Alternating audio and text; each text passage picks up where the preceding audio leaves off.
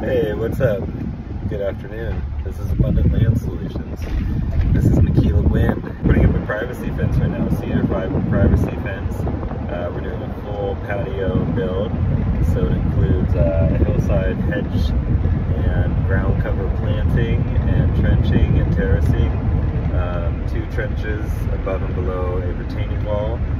We installed gravel in the whole backyard and on the side of the house. Privacy cedar fencing, like I said, and then there's going to be some concrete patio pads that are poured. There's going to be an L-shaped one for hanging out and lawn or patio furniture, I should say, not lawn furniture. Same but different. And then there's going to be another rectangular small pad poured, and I'm going to do little foundations underneath it because we're going to put a pergola on top of it. So that's really fun. Okay, so I'm just going to show you the whole process. So you have ones that you've set up in advance. There should be more here. And you pick your board, which one looks the best, which side looks the best. And then I've just been, for now, moving it up to where it's the same, flat on the top. And then we just looked at this and it's like, it's only actually slightly off. So look at that. So we're right in the middle of this 8-foot span. So it's a good time to check it, but it doesn't seem like we're really that far off. And then, oops, could you grab my battery actually out of the thing? I only got one of these here today, so I'm not charged.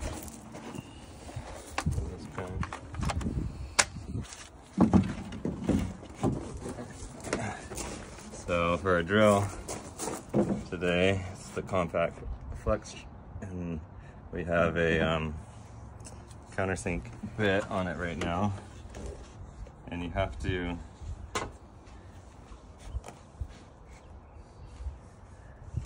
tighten this with an Allen wrench sometimes, like if it starts spinning or if it starts not like countersinking.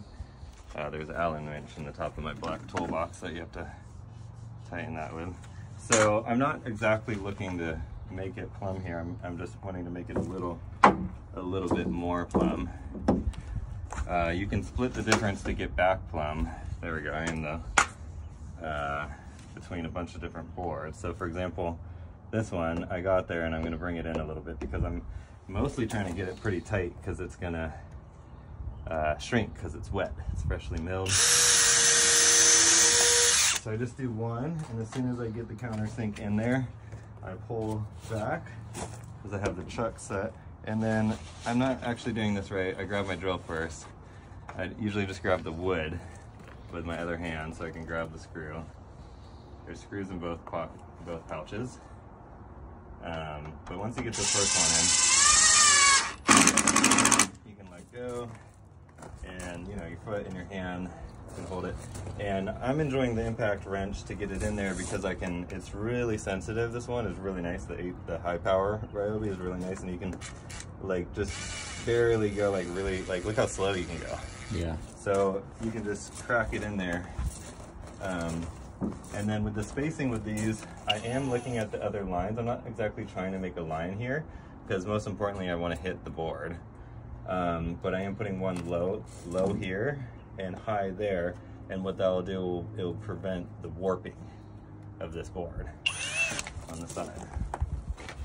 So I go and I'm not measuring, I'm just doing it by eye, but I am looking at these and everything and trying to get the spacing as close as I can. It's about an inch, a little bit more in from both the top and the side of this plank. If you drill too far in, it might, the chuck might engage and it would make a weird noise and it won't keep drilling. That's just to prevent us going too far in. In that case, you might want to go into reverse to pull it out, and sometimes you need to dial up the intensity of the chuck a little bit to get it back out. But 7 is getting us a pretty perfect pull. So if I go straight in, like, you know, maybe 6, but 6 was I was having a hard time. you know, it will cam itself out if you go too deep. It will just stop. And so basically, you don't really want to rely on it stopping. You want to pull it out so you don't drill a big hole, especially because the impact, you technically don't even need it. Like, for example, if we didn't have the... it's going to pull the screw through that soft wood anyway. Yeah, exactly. If we didn't have this kind of bit, you just had a normal bit. That's a normal hole. It's going to pull it in just fine. The hole's nice, so it doesn't split the cedar. But I was comparing the look of them.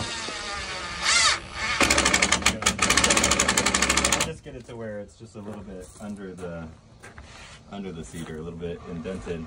I was comparing different ones and dialing in the settings, and some of them where I just use the impact and no pre-drill, it just looks, I don't know, not as good. Like these ones look better, so they're more sunken. Yeah, so that's a thought. Yeah, and that's pretty much it. Like I'm mostly just lining it up, you know, every once in a while. Like when we get there, we'll definitely check the plumb. I might check it again in the middle here. But it looks great, you know. And really, you can just hang the top board on all of them every once in a while. You can do what I did here, just put one in the middle. You can go a board or two and then put another one, board or two and put another one, and just try to get this whole thing done. Because if we try to put all the screws in now, we might not get the whole thing hung right now. We want to make sure we hang it first, because then we can go back and put the screws in. Okay. At any point later if we need to. Hopefully we can get it all done today, but you never know. If we get it all done today, we can stain it. And that's it. Nice. Ooh, it actually looks really good. Look at this fence. Yeah.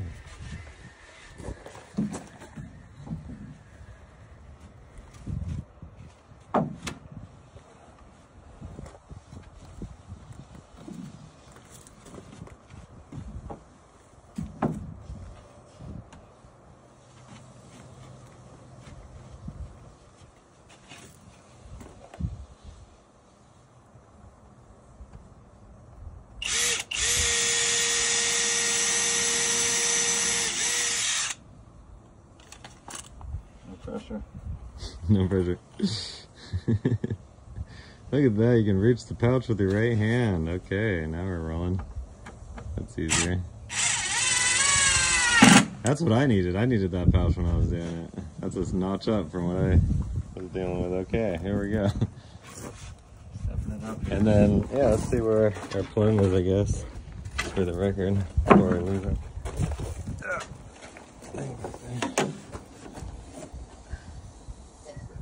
Still in there. And so just try to make up a little, you know, try to put a little gap on the top side on the next one, just a tiny one, you know, make up the difference a little bit. Either that or come down here, since we haven't drilled screws in the bottom for like 5 boards and get them all, you know, maybe we want to take our rubber mallet and bang them in or something. Here, let me get the rubber mallet actually. Fuck this. See, hopefully I get it.